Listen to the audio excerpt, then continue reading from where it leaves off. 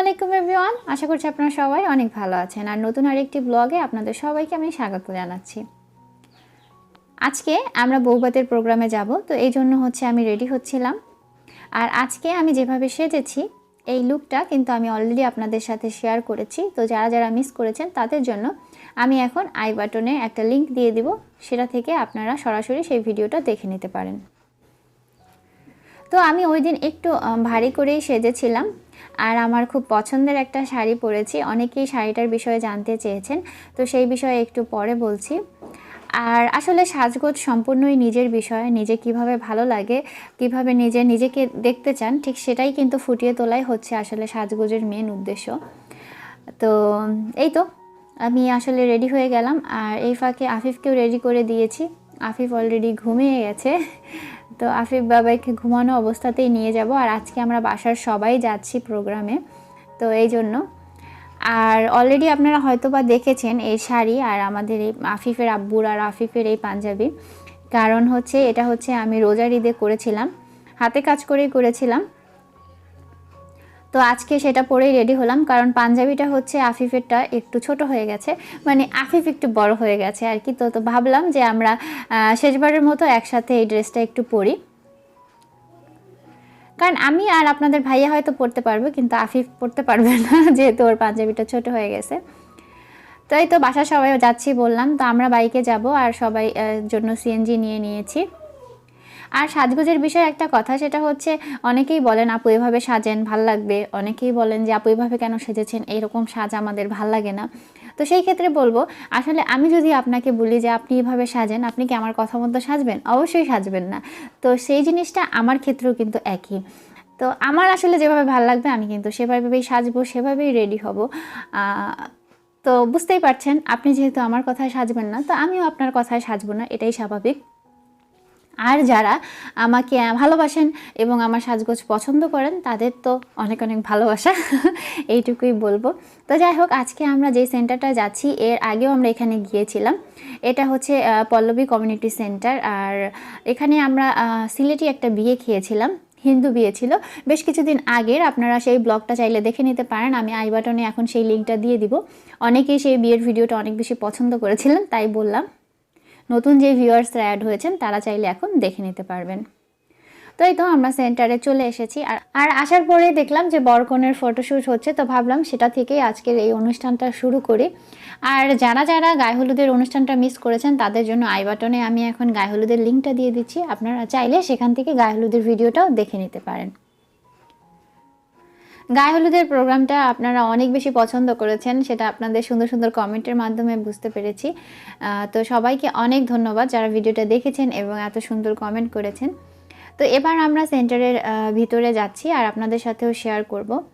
আর আরেকটা বিষয় একটু সরি বলে নিচ্ছি, সেটা এই শাড়িটার সবচেয়ে বেশি রিকোয়েস্ট ছিল আপনাদের টিউটোরিয়াল দেখার জন্য। তো আমি কিন্তু অনেকবারই বলেছি যে শাড়ির টিউটোরিয়ালটা আমি করেছিলাম, কিন্তু দু একটা ফুটেজ আমার ডিলিট হয়ে গিয়েছে, যার কারণে আমি টিউটোরিয়ালটা আপনাদের সাথে শেয়ার করতে পারিনি। তো আপনাদের জন্য এটা আমি আবার রিক্রিয়েট করে যেভাবেই হোক করে করার চেষ্টা করব। কিন্তু আমি আশা করি আপনারা বুঝতে পারবেন যে আসলে বেবি নিয়ে টিউটোরিয়াল টাইপের ভিডিও করা অনেক বেশি টাফ, সত্যিই টাফ। বাট তারপর আমি ট্রাই করব যে আমি যাতে আপনাদের সাথে এটা শেয়ার করতে পারি। যারা আসলে চেয়েছেন কিন্তু আমি আপনাদের সাথে শেয়ার করতে পারিনি, তাদের কাছে খুবই সরি। আমি প্লিজ আপনারা যদি আমাকে ভালোবাসেন একটু বোঝার ট্রাই করবেন। আর এই সেন্টারে যেহেতু আমরা আগেও এসেছিলাম বললাম, তো আপনাদের সাথে এখন আজকে একটু ভালো মতো শেয়ার করি, কারণ সেন্টারটা বেশ সুন্দর এবং সুন্দর করে সাজানো গোছানো আর কি। তো আমরা আজকে প্রোগ্রামে মোটামুটি ঠিক টাইমেই গিয়েছিলাম, তো এই জন্য সময় পেয়েছি। যাই হোক, দুজনে মিলে একটু গল্প করছিলাম। আর অনেকে জানতে চেয়েছেন যে পাঞ্জাবিগুলো আমি মেক করেছি কিনা বা পারি কিনা। তবে আমি পাঞ্জাবি মেক করতে পারি, কিন্তু এই পাঞ্জাবিগুলো আমি তৈরি করিনি, কারণ তখন আফিফ খুবই ছোট ছিল, এতটা সময় আমার ছিল না। তবে হাতের কাজগুলো আমি করেছি, পাঞ্জাবিটা টেইলার থেকে মেক করে নিয়ে এসেছি। তো এই তো ওই দিন একদম অল্প সময়ের মধ্যেই আসলে রেডি হয়েছিলাম, যার কারণে হেয়ার স্টাইলটা একদমই সিম্পল রেখেছি। আর এই তো ভাবি আপনাদেরকে হাই দিল, আর তারা সবাই মোটামুটি এখানে বসেছে, আমি সবাইকে দেখাচ্ছি, তারপরে বরকনেকেও দেখাবো। আর আসলে বাইকে আসলে দেখা যায় যে হেয়ার স্টাইল যতই সুন্দর করেন না কেন সুন্দর থাকে না। আর আমি আসলে না পারতে হেয়ার স্প্রে ব্যবহার করি না। আর এদিকে হচ্ছে এই তো ভাবির বড় বোনকে দেখতে পাচ্ছেন, আরেকটা ভাবি। তো সবাই আমরা পরিচিত যারা আছি সবাই একসাথেই বসেছি। ওদিকে আম্মু বসা, আর আম্মুর পাশে হচ্ছে ভাবির ননদ বসা। তো আপু হচ্ছে গিয়ে একটু অ্যাকশন টাইপের, আপু খুব মজা করতেছে, ওই যে দেখেন। তো যাই হোক, এভাবে আমরা এখানে সবাই বসেছি। মারিয়ামও আপনাদেরকে হাই দিল, আর আফিফ তখনও ঘুমাচ্ছিল। ভাবলাম যে ওর ঘুমটা সম্পূর্ণ হোক, তারপরে হচ্ছে গিয়ে ও একটু ভালো ফিল করবে, না হলে কান্নাকাটি করে আসলে। আর এদিকেই তো মাহবুবা নওশিনকে দেখছেন, নায়নাকে দেখছেন।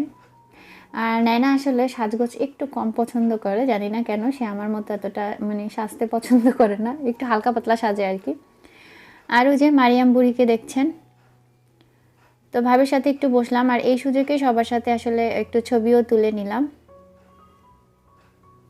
আসলে দেখা যায় কি, কোনো অনুষ্ঠান না হলে তেমন একটা কাছের মানুষগুলোর সাথেও তেমন ছবি তোলা হয় না। আর এদিকে হচ্ছে মাহবুবার মন খারাপ করছিল, কারণ ও বলছে ও পার্লার থেকে আজকে সেজেছে কিন্তু ভালো হয়নি। মানে এর আগে 2 দিন তো আমার কাছ থেকে সেজেছিল, তো সেটা নিয়ে ও আফসোস করছে। আমি বললাম না, আমার ভালোই লাগছে তোমাকে। তো এই তো চলুন এবার একটু বরকনেকে দেখে আসি।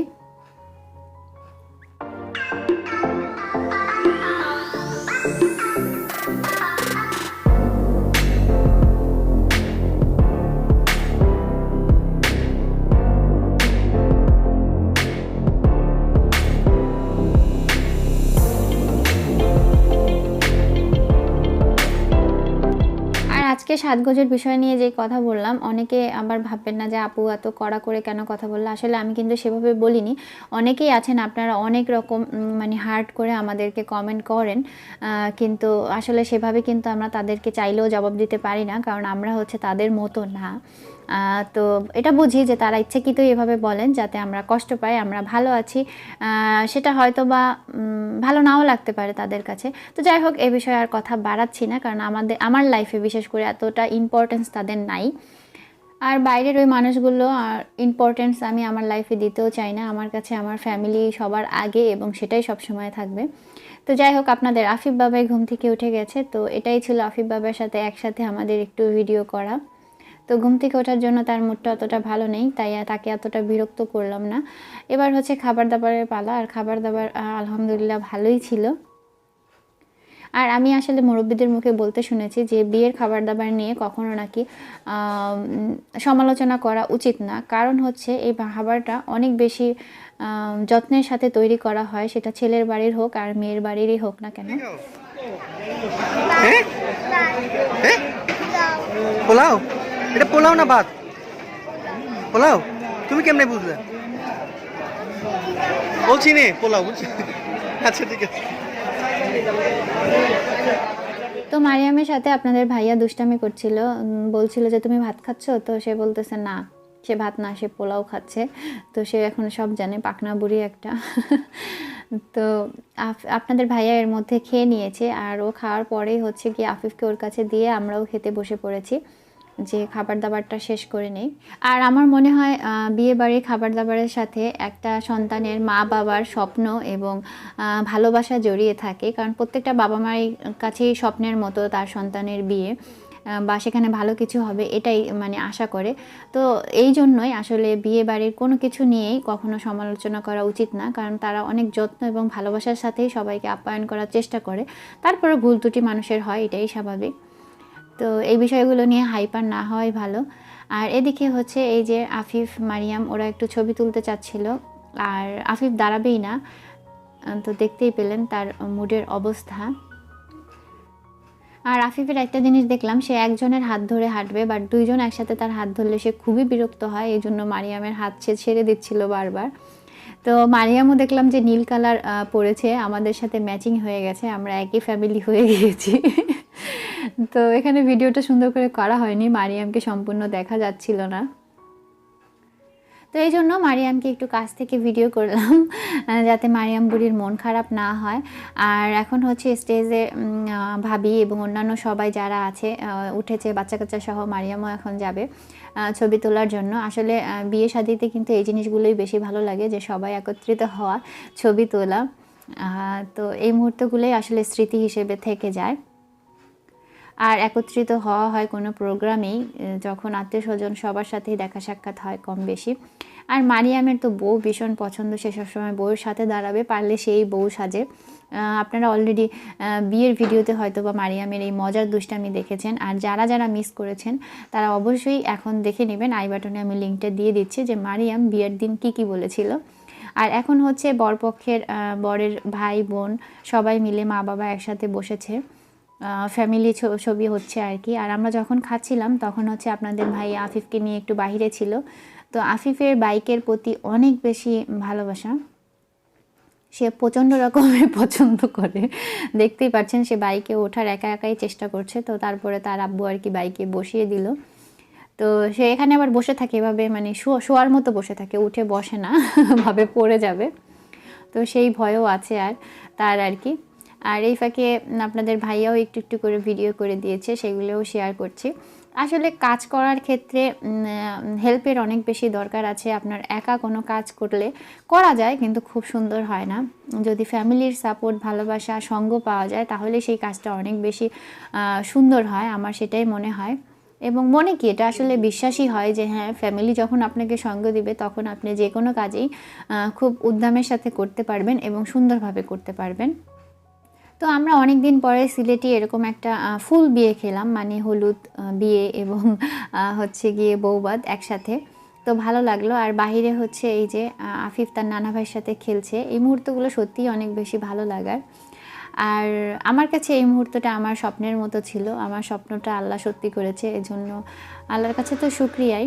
তো সেটা নাই বলি, আপনাদের কাছে আমার এই ভালো লাগার মুহূর্তগুলোই শেয়ার করি। খুব ইচ্ছে ছিল যে বাবার হাত ধরে এভাবে ছেলে একরকম ড্রেস পরে হাঁটবে, তো সেই স্বপ্নটা আল্লাহ পূরণ করেছে। আর এই দেখেন মারিয়াম বুড়ির কাণ্ড, সে আফিফকে কোলে নিবে কিন্তু আফিফ কোলে থাকে না, সে মানে আমাদের কোলেই থাকতে চায় না। তো এখন জোর করেই ওর কোলে কিছুক্ষণ আছে, তারপর আবার দৌড়াদৌড়ি শুরু। আর ওকে কোলে নিয়েছে দেখে আফিফ একটু বিরক্ত হয়েছে, এই জন্য মারিয়ামের হাতই ধরছে না। ওই যে দেখেন, সেই জিনিসগুলো খুব বোঝে আফিফ। যাই হোক, মারিয়াম বলতেছে আমি আর কোলে নিব না, তুমি আমার হাত ধরো। সে হাত ধরবে না, আর সে হাত ফেলে দিয়ে চলে যাচ্ছে। এই তো। তো তারপরে যাওয়ার আগে আমাদের কি বলবো, ফ্যামিলি মোমেন্টস একটুখানি শেয়ার করলাম। কারণ হয়তো বা আফিফের সাথে এই একই ড্রেস পরে আর কোনো ভিডিও হবে না, এটাই লাস্ট। আর নতুন করে আবার ইনশাল্লাহ ঈদের জন্য আমরা ড্রেস রেডি করব, সেটা পরবো। আর এবার চিন্তা করেছি যখনই আমরা মানে সেম ড্রেস তৈরি করব তখন যেভাবেই হোক সেই ভিডিও ফুটেজগুলো আমি রাখার ট্রাই করব। আর সেই ভিডিওটা অবশ্যই আপনাদের সাথে শেয়ার করব, কারণ আপনারা এত বেশি ভালোবেসেছেন মানে ম্যাচিং ড্রেসগুলো, যা বলার বাহিরে। তো এরপর থেকে আর এটা মিস করা যাবে না, মানে টিউটোরিয়াল অবশ্যই আমি দিব। আর মারিয়াম সুযোগ পেলেই খালি আফিফকে কোলে নিতে চায়, আর আফিফ তো দৌড়ে বেড়াবে। সে আফিফ যদি এরকম খোলামেলা জায়গা পায় ও প্রচণ্ড রকমের পছন্দ করে। তো যাই হোক, ভাই খেলছে আর বোন নেচে নেচে আপনাদেরকে দেখাচ্ছে।